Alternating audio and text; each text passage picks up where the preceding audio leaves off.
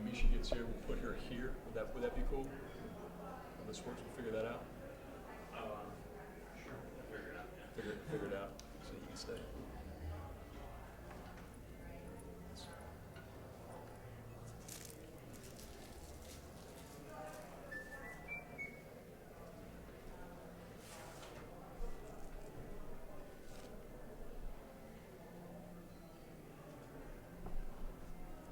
Everybody work? Probably have a few trickling still. Okay. Thanks. Okay. Why don't we go ahead and get started, gang?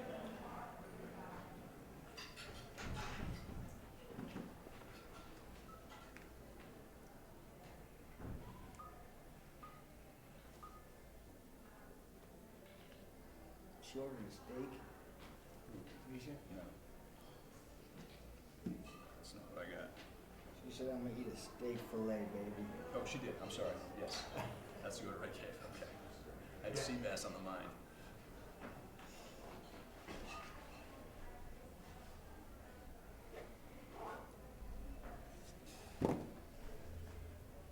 All right. Fire away, gang. Fire away. So you already mentioned that you're not driving to New York. How does that kind of affect your preparation since you're so accustomed to making your own way out there? I know usually we'd, what's today? Friday. What's the fuck's today? Wednesday. We'd leave Friday, so 2 days we'd leave. So I don't know, now I gotta go fuck off. It's hunting season, so I'll probably just go do that for a couple days now. Usually we screw around for 10 days before the fight, so we'll see. Who knows? Shouldn't mess up any preparation though. That's already done. You're gonna go hunting? Yeah, today's opening season for turkey. If I wasn't with you beautiful people, I'd be killing birds right now, so.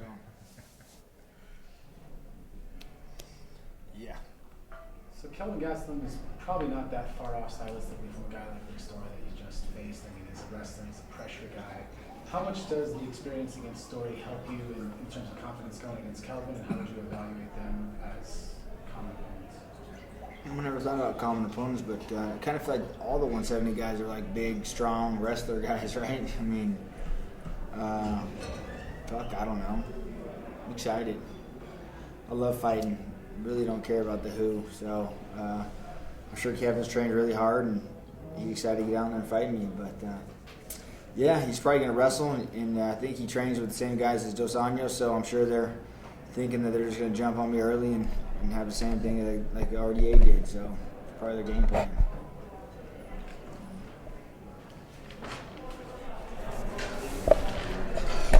I think it was only like 3 years ago you were maybe hinting at dropping down to 145. I think it was around the time you fought Evan Dunham. How close were you really to making that cut? And looking back on it now, could you really imagine trying to do that, especially since you're having so much success at 170? Oh man, if the money's right, I damn sure would make it 45, no problem. It would suck. But here I am today. I think this morning I was 176, 177 pounds, eating whatever I want. So it's nice to it's nice to fight up and heavy, right? For sure. Yeah, I don't know. I'm trying to fight on December 30th now too. So finding an opponent short notice would be tricky. So maybe I'll go up to 185 and see if we can find somebody. We'll see. You're already talking to the UFC about the New Year's show? Yeah, sure. Why not? Of course. What does Dana say about that? He says I'm crazy. Get through this one first, then we'll talk, kid.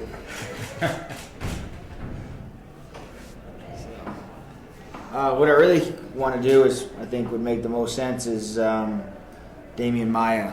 See if Damian will be ready to fight December 30th. I think that'd make sense for sure. He's up there kicking ass, so that's who I want to fight.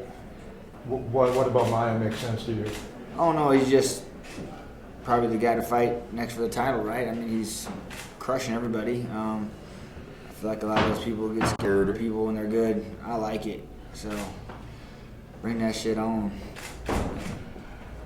Plus, I think he just got this fight quick. He's probably, I don't know what he's doing, but hopefully he'll hear this interview and be like, yeah, it's a good idea, Cowboy. I'll fight you December 30th. Just going to fight Lawler someday? The fans got real excited about that. I was super excited too. Lawler's a great friend of mine. My girlfriend is her favorite fighter, so that was sucked. But yeah, I mean, Ron and I are buds, you know. So he called me before all that happened. Said, "Hey, Cowboy, I'm not in the right headspace to fight you, man. So I got to pull out." I was like, "All right, brother, whatever." It would have been fun. I was looking forward to it. We were going to throw down. I promise you that. Sure. Yeah, hell yeah. You're a guy that says no anytime, anywhere. How do you feel that about Lawler? Because basically it wasn't anytime, anywhere for him. Right. For that fight. How's that work as a fighter? You know, I don't know mentally what was going on with Lawler. He's not really a guy that like backs out of fights. You know, he's not really.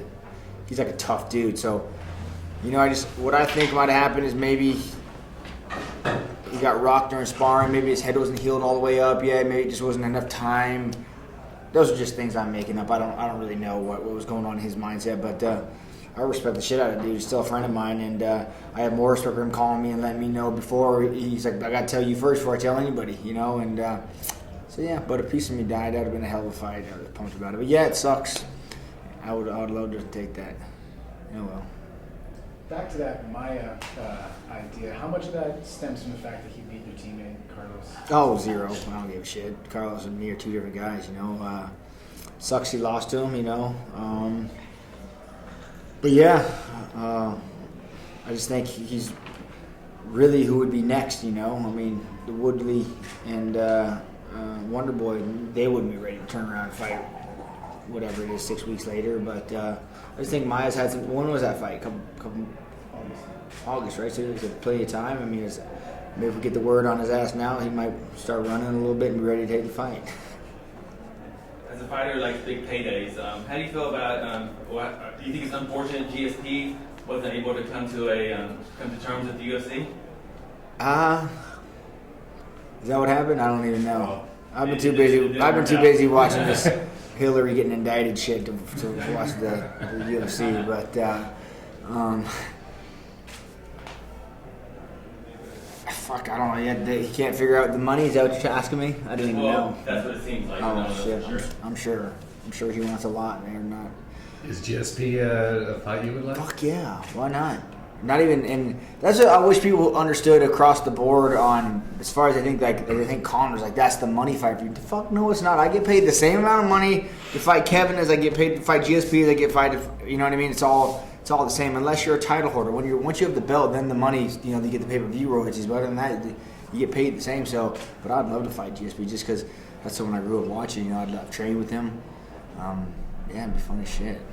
So for you, if you did fight Conor, you'd want to do it if Conor gets the belt. No, I'd lightweight. fight that fucking dude anywhere. I don't care.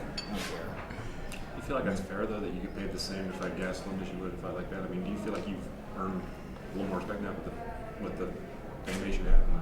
Yeah, man, I just read my contract and I'm in a good spot right now. You know, I'm happy with it. Probably not nearly as happy as I'd be making Conor's money. Absolutely not. But I'm happy, man. I just want to keep fighting. It's a fine line. I'm a guy that likes to fight, you know, 5-6 times a year. So if I ask for too much money, they're like, well, we pay you too much. We can't let you jump in a fight on 4 weeks' notice. We have to like promote it with the money, you know. So with the money that I'm at, I think I can still grab those short notice fights and keep rocking. I love them, man. Those are my favorite ones. You know, there's no time to think about it. Just get it and go. So. How do you feel, Don, about Conor getting the title shot at 155? A lot of people thought that Habib deserved it more, 21st deserved it more. Maybe even a guy like you know, you've done a lot at 155 as well. What do you think about him getting the shot there? Sells tickets, man. At the end of the game, that's what it's all about, right? Some bitch sells tickets. So putting him against Eddie in New York, man, it's a big draw, big moneymaker. I see. From the fighter side, it sucks, but from like the UFC side, I see why they're doing it, man. The dude brings, I mean, New York's a giant, you know, a draw for Conor in the Irish community in New York, you know, so why not? Yeah, I mean, shit, dude puts asses in seats, man. I'll give it to him. He does. He's great at it. So, hey, fucking bring it on. Did he beat Eddie? I don't know. If I was Eddie, I would go in there, touch gloves, shoot a takedown, and fucking try and exploit his ground game. But Conor does a real good job of talking and getting people so upset and frustrated that they just want to stand and take his fucking head off, you know? So it depends how Eddie approaches it. I don't know. I would touch gloves, shoot right in, take him down, submit his ass. That would be my game plan. Who would you put your money on? Conor or Eddie? I'm going with Eddie because hopefully then I can fucking go fight his ass. So we'll see. Does the idea of a belt mean more to you than it used to? You talked so long about No, the holding fucking belts. belt. It still means. Still don't care? I just want to fight, man. I love fighting. Being the overall champion made at the end of my legacy would be cool to say, you know, I fucking did it. I mean, someday I'll just win by default, I think. Who knows? Who do you think will win in a third fight between Nate and Conor? Well, I keep betting against the guy and he keeps proving me wrong, so I don't know. I mean, he did real good. He tired. His gas tank was good in that last fight. I don't know. I'm not good at calling fights, man, so I'm going to let that one just be what it is. I don't know. How far do you think you're from welterweight title shot? I know you said you wanted to go back to 155 and maybe fight Alvarez. You've already beat him, but you're not that far off from 170, right? No, I mean, that's what I think the Damian Maia fight, if that happens, that'd be, you know, the next step in line towards the title fight for sure. So, kind of why I'm interested in the fight. Who knows? Yeah. Yeah, behind the scene, how has your business relationship changed with the UFC, the new owners? Like, is Dana the person you talk to? Is it now the new owners? Am I speaking? I'm speaking to Ari's right hand man. If that's what you're asking. Yeah, I talked to them. I talked to Dana too. Dana and I are, I'd like to say, are friends. I don't know how much of that friend is because I make Dana money. Well, I guess we'll see one day when I'm old. Is Dana your friend? Yeah, I mean, I don't know if I'd invite him to my birthday party, but yeah, I mean, we call, we talk, we bullshit, so for sure, especially when his Patriots are getting their asses whipped, I call him. Even before the buyout, you were actually in LA, I think, around UFC 199. You were filming It's Always Sunny in Right. Philadelphia. Since the buyout, have you noticed, have you been receiving more interest from entertainment companies in Hollywood with this? I'm doing this movie right now, but that had nothing to do with other than dumb luck, me sitting next to the guy producing the show, so on an air flight. But no, I haven't seen any extended interest. I don't know. It'd be cool. Why not? I think a lot of us would like to be actors. It'd be fun. Except for I can't really act. I think stuntman, blowing shit up, flipping cars, more my speed. So. I mean, you're a guy that's really established your brand, and there's not a lot of fighters that have done that. How would you really recommend advice that you give to your peers as they need to distinguish themselves more and more? It's tough, man. It's really, really tough, especially with so many fighters, so many young kids coming up in the sport. You kind of just gotta find your niche and find your brand, right, and then just kind of stick with it. I don't know what good advice.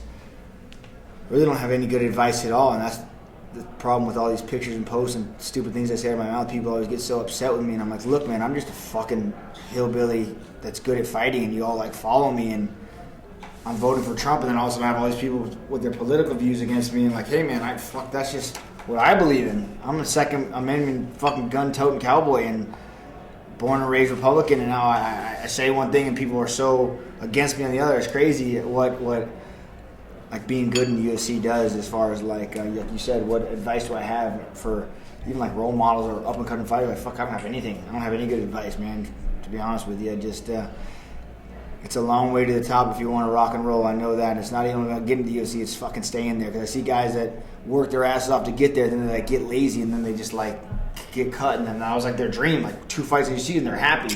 Fuck, y'all don't want to like make money? Like, what the fuck's wrong with you guys? So I don't know. You mentioned Trump. You just shared a picture recently where you're with him. Can you talk about that and how that all came about and what? I mean, I was out hunting and Tim Kennedy called me and said, hey, the Secret Service and Donald Trump want to meet us. We need to clear you on a background check. I said, oh fuck, all right. So I sent him all his stuff and I said, all right, you're kind of good, but I vouch for you. And I said, all right, fuck yeah. Does that mean you get on airplanes quicker now? No, I'm TSA pre-checked. Yeah, I got that already taken care of. But no, so we went down to the rally and we got there and got a bullshit with him and talked with him, and it was cool. It was cool. What was it like backstage, having that kind of access? That was crazy. It was wild. It was fun. It was cool just talking to Trump, He was talking about the UFC and he sat down with Lorenzo and Frank, and I'm sure they made a nice little donation to his rally. But yeah, it was cool. It was cool to talk to him, hearing his views and his points, and he's not just like a racist bigot, you know, like other people think, like, oh, he wants to build a wall and scam the Mexicans out of here. Like, no, he doesn't. Like, just listen. Like, I understand that's what your aunt is telling you when she's drinking wine on Saturday night, but that's not really what's happening, you know? And when you have to look, I mean, just talking politics is crazy, but when we have two options, we got to go. Do we go with the indicted girl who's full of shit, or do we go for the wild Conor McGregor, Trump? So it's kind of like, who do we go with? But I don't know. Fuck, who knows? Back to Have you voted yet? Yeah, I voted. Absolutely. And that's another thing that pisses me off the most. Like, you can't have a voice if you don't vote. You don't make a you know, you can't just sit on the sidelines and fucking give your opinion and talk shit, and not be active in your community. Like, if you really think that Hillary is the way to go, or if you think Trump is the way to go, or if you're a liberal, you know, be heard. Go vote. You know, vote for your congressmen and for your senators, and vote to legalize marijuana, like, or don't. You know, but don't just fucking sit at home like, oh, you fucking smoke pot, that's fucking wrong, or oh, Trump wants to build a wall. Like, it's so stupid. So if for all those people out there listening, like, go vote. Our generation is who we need the most. Like, I bet you, how many 18-year-olds you think are voting? Probably fucking 10,000 maybe across the world, you know. And I just think across the U.S. the world. I just think I wish they would teach politics in school more, and get kids more involved, because it's our generation that needs to take on the new world, man, and be. So I don't fucking know. I voted Trump. That's what I did. And I voted for fucking pot, because he'll be legalizing. Did you, after meeting him, did you have a different view on him than what? No, he was just as wild as I thought he would, you know. I really, really want to check out his toupee. So that was like mainly what I was creeping on. So, is it a toupee? Oh, of course, yeah. So, no, I didn't let me give it a head rub, you know. But, you know, he's really, if you sit and listen to his points, he's good. You know, he's trying to bring money to the middle class, which is most of the guys that are fighting the UFC, and most of the guys that support the UFC, the middle class, working class. You know, he's trying to bring the tax bracket down to 15% for those guys. I mean, there's a lot of like solid points he's talking about, and yeah, he said some outlandish things about building the wall, and I mean, but I don't know. This is like turning into a political rally right here. But not talking about politics in particular, but when did you become this passionate? When you were 18, were you this passionate? Oh yeah, for sure. You know, probably from like 21, 25, I didn't really vote. But just like, it just makes me more and more upset when I see people like voicing their opinion and they don't do anything about it. You know, especially like the marijuana thing. That's something that's huge. Like from Colorado, you know, we're now legalized marijuana. New Mexico's on the ballot, getting it done. And it's like you have all these people that want to talk shit and not be a part of it, but then they don't have any, you know, active in their community at all. They just want to sit back on their couch and bitch. But like, you're not even a registered voter. Like, what the fuck are you talking about? Like, how are you going to make a difference? I don't know why I'm passionate about it all of a sudden. I just think people need to. If you're gonna say something, you need to make a difference. So just like I'm fucking pro-union, man. I'll sit right here and say it now. I'm fucking 1,000%. I'll be the guy. I'm not scared. I'll sit here and say we need a fighters union, 1,000 million%, especially with the new owners coming in. And I think now's the time.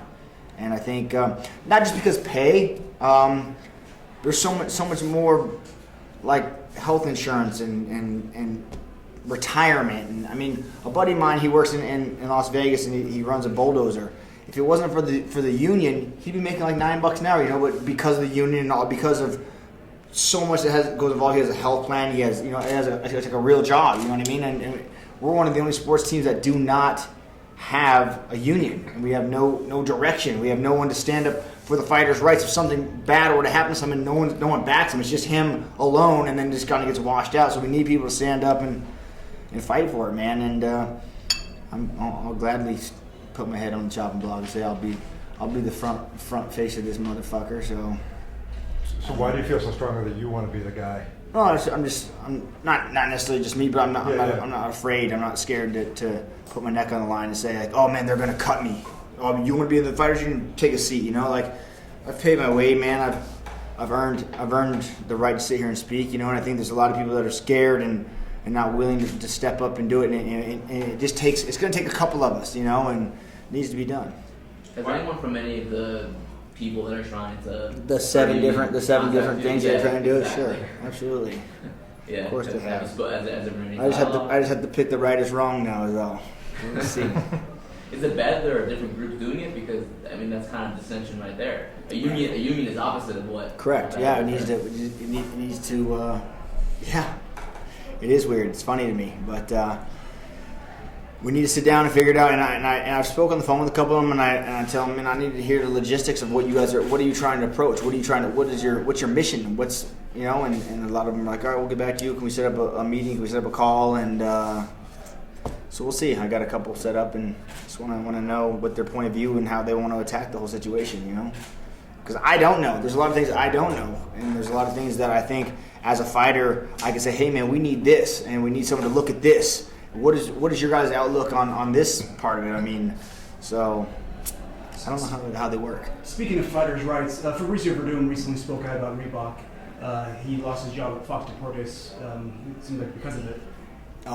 What's your thoughts on Reebok? I mean, he was complaining that he lost a significant amount of money. Went from $150,000 to $200,000 in sponsorships down to he's making $5,000. Right. Has that affected your life that much? Yeah. I mean, thank God I'm with the management company I'm with, and the sponsors I have. They stuck with me through the. But that's just me. That has nothing to do with all the other people, you know. Sure. You know, like Budweiser, they and Bad Boy Buggies and Realtree, they all stick with me, you know, through the thick of it. They'd love for me to wear my shorts, but yeah, I mean, I don't. Right. I'm sure it hurts a lot of people, man, definitely. But on the flip side of it, there's a lot of people that never got sponsors, man, and so for them to at least get something is better than nothing. Right. So it's, you know, it's, how do you look? You mentioned your management. You and H.E.A.T, who will be joining us soon. Same management team. Same management team. Did that have anything to do with you both getting on a 205 card? Did one of you maybe they won and one? You said, all right, if you get one, you get both. No, I don't think so. I think it just dumb luck happened. Right. It worked out. Yeah, we fought together sometimes, but it's cool. It works good for our management team. They get a double up, right? Double dip on that fight. Yeah. Does fighting in New York have any special meaning to you at all? Fighting in the Garden was just something fucking cool, man. It'd be something that everyone wanted to do, you know, but not really any more special meaning. New York's so fast paced and crazy. When I was just out there when we had to go out there for the media thing, it was 3 days there. I was like, holy shit. I thought 3 hard days in Vegas was rough, man. Just 3 regular days in New York, I was like, oh shit. So yeah, it was wild. Aside from the press conference, have you been to the Garden for other events? Never been to the Garden. Never stepped foot in there ever. No, I've been in New York several times, but never seen a sporting event at the Garden. So obviously, it's a big deal to be fighting on this card. It's the first card in New York. But beyond this card, how often would you like to fight in New York, given that there will be a significantly higher tax rate? It is a significantly higher tax rate, big time. Just renting extra rooms for all my coaches was a couple grand. I was like, God damn. Can we stay outside the city? So, I don't know. We'll have to see. You know, fighting in Canada is the same thing, man. I don't like fighting out there just because how bad they gouge you as well. But, I don't know. All the medicals are more expensive too, right? Yeah. You know, everything. There's a long list of medicals, like different ones you had to do for this, yeah. I'm sure all the fighters had to do the same. So I can't just bitch by myself. But, yeah. It's crazy. Is there a specific number or a roundabout number of the difference between, say, fighting in California pay-wise versus fighting in New York? Just taxes-wise, yeah. I mean, I don't know what California is, but like Vegas, yeah. Well, Vegas is none. They don't take anything, right? There's no state tax. Texas, no state tax. So New York, I'm not sure what the state tax is in New York, but I'm sure they'll crop it out of your check, and there you go. And how about as far as the commission? As far as is there extra testing required for New York that is required that just costs extra? We had to get an EKG, I think a MRI or a CAT scan. I don't remember which one it was. Same blood work, same physical. There's a couple other tests that we had to get, yeah. But it's all in the. As much as it sucks and as much as everyone wants to bitch say it costs them money, but it's really in the safety of you. Like, go get your MRI and your MRA. Like, what if we wouldn't and something was wrong? You know, it'd be nice to be like, oh, well, fuck, you have something wrong in your head. Like, oh, that's good, you know, right? I don't know. It's kind of for our own safety. I don't know what the EKG does, but I don't know. Or the blood work. Blood work makes sure my girl's not cheating on me. She won't be watching. She this, won't be right? watching. So you've actually fought 3 guys on the 205 card before. You fought Eddie, you fought Jim Miller, you fought Jeremy Stevens. Yeah. Obviously, those guys aren't all at 155 at this point, but who really gave you the toughest fight out of those 3, and what do you remember about those fights? Let's see. Eddie and Jeremy, and who else? Jim Miller. Ooh, Miller's fighting on the 205 card? Fuck yeah. Man, I don't know. It's a good question. I don't know. I don't have a solid answer for that. They're all individually like different, you know? I don't know. It's cool fighting. When you go back in your brain, do you remember those fights, or is everything just kind It's a of... fucking big blur, man. Yeah. No, yeah. Huge blur. I couldn't even tell you. I probably couldn't even tell you in order how the fights went in my last like 5 fights. I couldn't even, like, I know I fought Rick Story and the Canadian before that, but like, fuck, I don't even remember, man. Yeah, no clue. So bad. Does that ever worry you in terms of... No, not like too many punches to the head worry me. I just like don't remember. Like I remember the names of the guys I fought, but I just don't remember like the sequential order or the dates that I fought them on. It's crazy. It's like I don't know how the other fighters work, but like in my brain right now, November 12th is like the only day that makes any difference. And once that's gone, it's like, what, fuck, it's out of there, and it's gone, you know. And then it doesn't ever come back in. But it's weird. I don't know. Would you say fighters are like ex-girlfriends once they're gone? It's gone. It's gone. Yeah. Fucking out of here.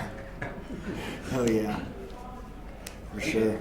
No. Is your whole training camp pretty much now at the ranch? Do you really... It has been. This one, yeah. We brought a lot of guys in on this one, man. We got guys from Australia and a guy from Canada, Brazil, Portland, Texas, Philly. I think there's like 12 or 15 we have there from all over the world. So there's really no reason to go anywhere else, you know. Greg comes up to the house, so it's cool.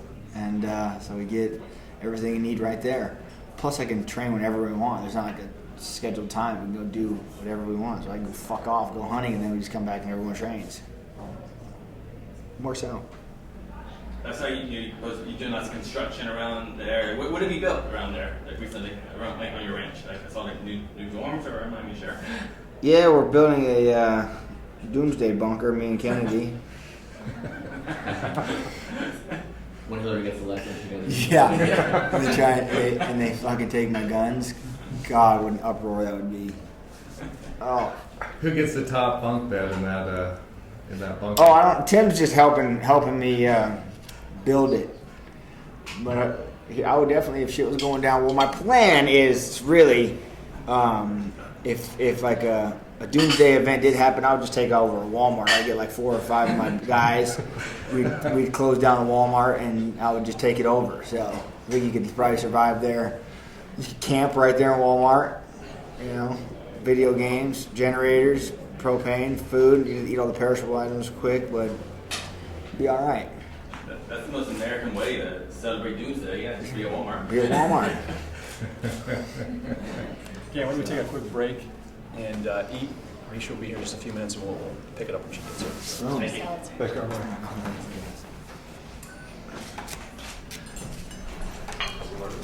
Do you want this?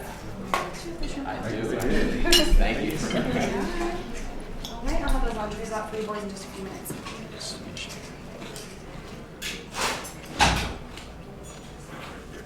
Yeah.